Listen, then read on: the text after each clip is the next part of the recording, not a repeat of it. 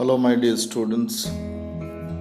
Today we are going to discuss about contemporary world politics, Chapter 6 International Organizations.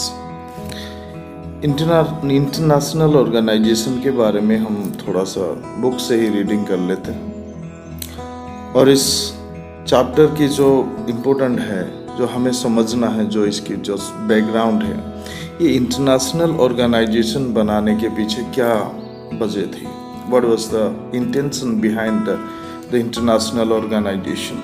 International organization में आपको पता होगा United Nations organisation.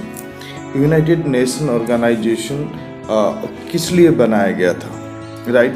जब world war second की जो दौर चल रही थी और उसके बाद जिस तरह से इंडेमनिटी और जिस तरह से बहुत लाइफ एंड प्रॉपर्टी लॉस हुआ था ऑल ओवर वर्ल्ड से, उसे बचाना था। Main important is a peace in the world, peace in the society, right? Peace जरूरी थी, शांति पूरी वर्ल्ड में रखना, ये सबसे बड़ी ज़रूरत थी। इसीलिए इंटरनेशनल ऑर्गेनाइजेशन और इवन यूएनओ बनाना बहुत ही ज़रूरी था। जब वर्ल्ड वॉर फर्स्ट की शुरुआत हुई, वर्ल्ड वॉर फर्स्ट जब ख़त्म हुई तो उसके बाद लीग ऑफ नेशंस बना था, लेकिन वो ज़्यादा देर नहीं चल पाया। फिर ये जितने भी पावरफुल कंट्रीज़ हैं उनको डोमिनेट करते रहे। और अब जब हम बात करते हैं वर्ल्ड वॉर सेकेंड के बाद यूएनओ शुरुआत हुई, लेकिन यूएनओ भी डोमिनेशन में आ गया। क्यों डोमिनेशन में आ गया? सुपर पावर्स, दो सुपर पावर आ गए। कौन कौन सी सुपर पावर आ गए? एक यूएसएसआर और एक यूएसए। जब ये दो शक्तिशाली देश और the super powers in the world वो सामने आते हैं, तो कहीं ना कहीं अमेरिका अपने हेजीमनी और अपने डोमिनेशन वो दिखाना शुरू कर लिए। तो इसीलिए the control of the super powers there was a need, indispensable और इंडिस्पेंसिबल नीड ऑफ सिक्योरिटी और even the great hope of humanity for peace and progress. ये था सबसे बड़ी बात कि इंटरनेशनल ऑर्गेनाइजेशन बनाने के पीछे।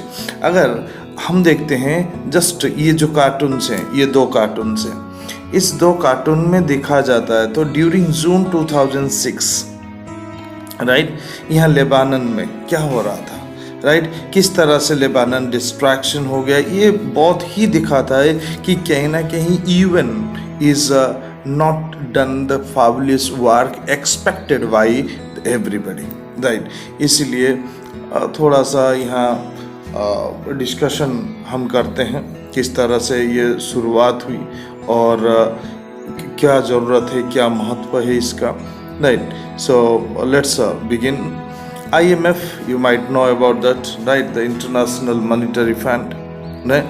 So ये इंटरनेशनल मॉनिटरी फंड क्या है, और हम देखेंगे यहाँ पे नेक्स्ट हमारे पास आते हैं ये पिक्चर। आप देखना कि जो यूनाइटेड नेशन सिस्टम है, द प्रिंसिपल ऑर्गन्स हैं क्या क्या है, राइट?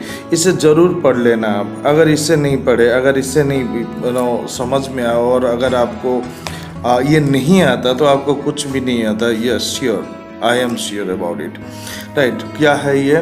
तो प्रिंसिपल ऑर्गन्स यूनाइटेड नेशंस का क्या है? देखिए, पहले जो सिक्योरिटी काउंसिल है, right?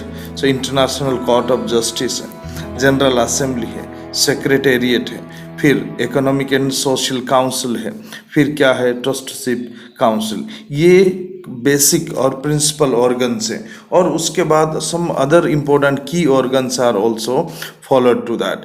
So one by one देखो, हम डिस्कस करेंगे और पेशेंसफुली डिस्कस करेंगे what are the things and all, but that will be in the next period, next classes, not today.